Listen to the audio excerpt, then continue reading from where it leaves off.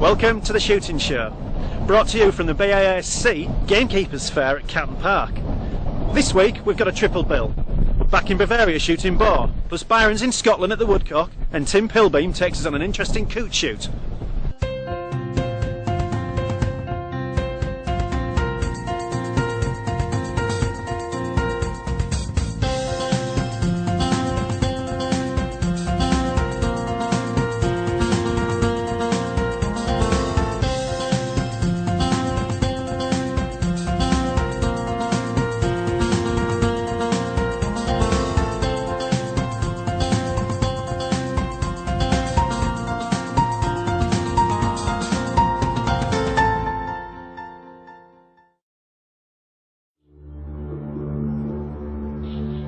Last time we ventured to Europe in search of boar, the results were spectacular. It was fast, dangerous action, but the boys delivered the goods, with Andy Crowe bagging 2 fine boar. There was more to come though, as a follow-up on a wounded boar provided the most exciting action of the trip.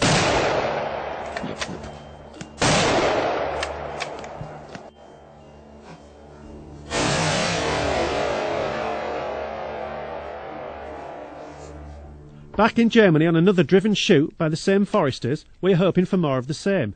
But we are greeted by very different conditions. It's been snowing and there's plenty of the white stuff. Andy is back with us and tells us how the hunting is conducted. Well, you get put on your pegs. You're not allowed to move off your peg once you've been placed there. You have to stay here till the end of the drive. They usually bring it in from either one way or another. They just drive it with dogs. And it's just whether you're in the right place. It's just a lottery, and that's how it is. The start of the first drive is quiet, with all the hunters alert for the first signs of wildlife. After we called him a prat last time, Andy has refused to wear a GoPro camera, but we've positioned our cameraman right next to him. All we need now is for the boar to show up.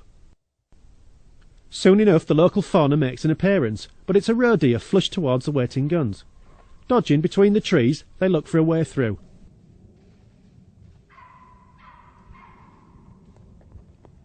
Momentary excitement over, it's back to waiting.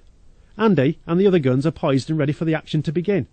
The snow makes it easy to spot wild boar sign, and there's plenty of evidence of where the pigs have been foraging. Following their fine-tuned noses, they can easily locate the food hidden under the snow. Back at Andy's position, it's still quiet. The snowfall has well and truly dampened the usual woodland activity, and drawing a blank is becoming a very real possibility.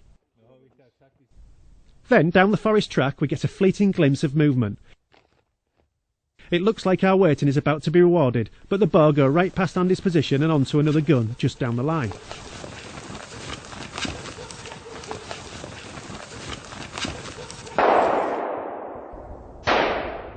Shots ring out and all falls silent, but we'll have to wait to find out the result. On arrival, a clear blood trail is obvious, and it seems to have been a close call. Tense moments, but it's all part of the driven hunting experience. It's the not knowing, that's the main thing. You never know whether you're going to get a shot, whether you're not.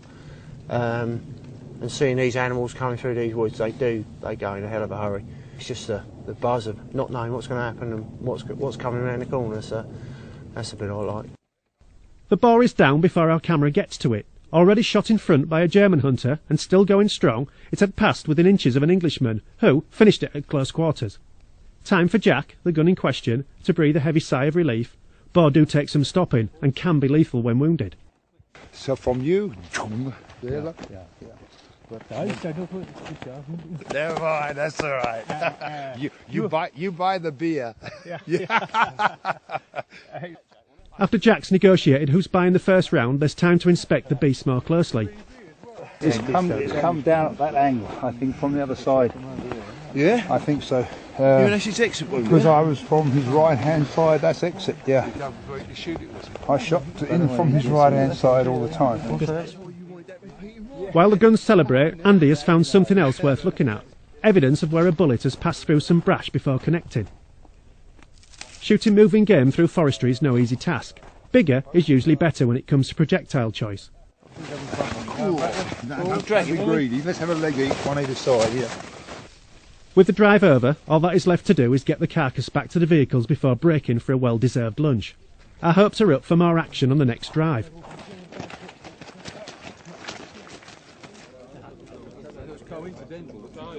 With the usual midday Bavarian feast underway, it's time to process the morning's kills. This is done using a suspended grellic technique for maximum efficiency.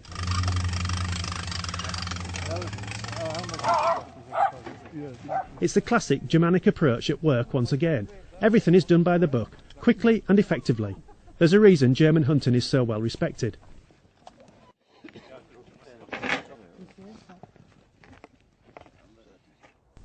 There's time for just one afternoon drive. Andy, who has opted for a blazer bolt action, tells us what hunters need to consider when shooting driven boar. Yeah. What do you need to keep in mind if you're coming out boar shooting? Bigger the better. Yeah. Don't want to be anything smaller than a 270. Last time I come out I used a 30-06. I hit it in the back of the head and it went straight down, didn't know nothing about it. But when they're running, you can't always hit them in the head. You want something really big. Andy is joined by his cousin Gary and Jack as his immediate neighbours. They wait it out in the snowy landscape for more boar. The light is going, but there is still hope. A few shots ring out in the distance, but there's precious little activity at our position.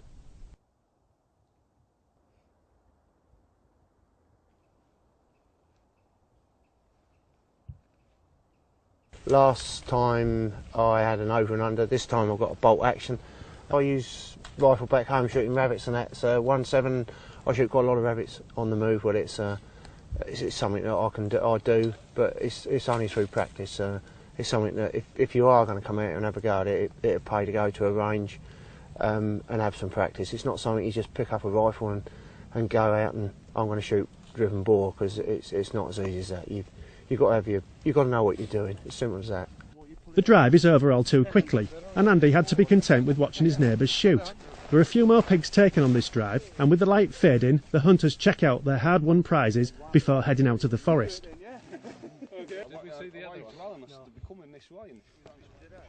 After a day in the snow, it's time for some much-needed warmth. Comforted by fire, food and beer, the hunters swap stories and toast the fallen game. Yeah, they really do go for tradition here, and I like all that, and it's really good. They respect the animals big time, yeah, they do. I'd like to see more of it from other people, really, and other countries, well, especially ours, really. The next morning sees the guns positioned in an adjacent forest. It's immediately clear that there is a lot of boar moving through here. Hopefully Andy will have more luck standing beside such an active run. Checking his rifle out, Andy prepares for his last day at wild boar this season. Everyone is ready and in their positions waiting for the boar to show, but Andy is starting to think he is cursed as yet again nothing comes his way. Then shots from down the line signify the action has begun.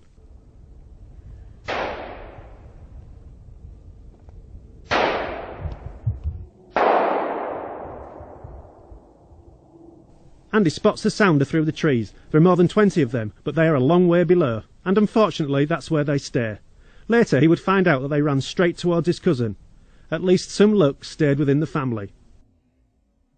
I think next time I come I will bring my semi-auto, because it fits me like a glove, so I'm going to give it a go with semi-auto and slugs. Most of the shooting you do is only 50 yards.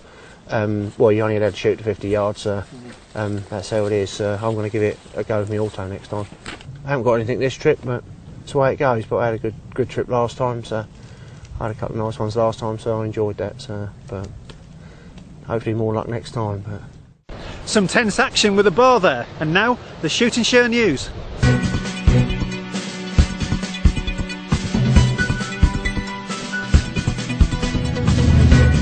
This is the shooting show news.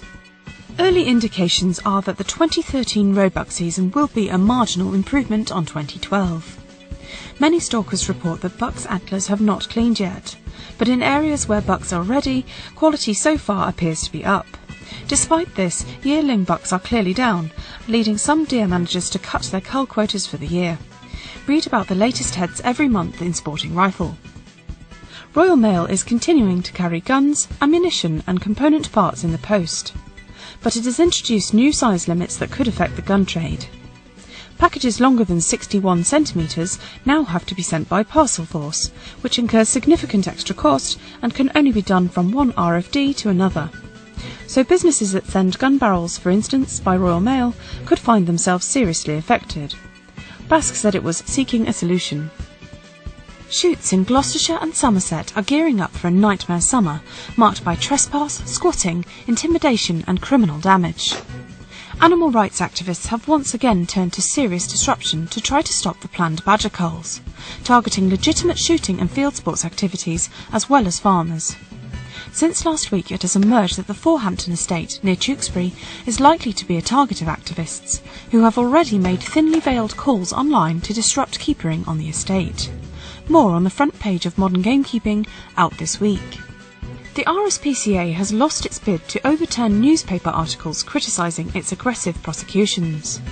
Last year the charity spent £320,000 prosecuting the Haythrop hunt, leading the Daily Telegraph to say it had lost its way. The RSPCA lodged a complaint with the Press Complaints Commission over the Telegraph's coverage, but last week the PCC declined to uphold the complaint. The shooting show was at Catton Park this weekend for the BASC Gamekeepers Fair. We spoke to the estate owner, Robin Nielsen, about the event. Well, we, as an estate, it's a shooting estate, and we're very much supporters of BASC, who support conservation in the countryside and shooting. And this is their show of the year to promote everything that they support in the countryside, and we're delighted to be able to host the event here at Catton. With 15,000 attendees, a 25% increase on last year, BASC's trophy measurers were kept busy with a good number of heads submitted over the weekend. 465. As well as the industry big guns showcasing their wares, a large number of retail stands offered plenty of products to catch the eye of shooting punters.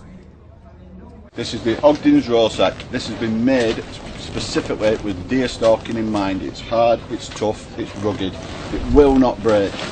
Everything is double stretched, reinforced to carry, easily cleaned, will not break, guaranteed. The great and the good of the gamekeeping world were out in force.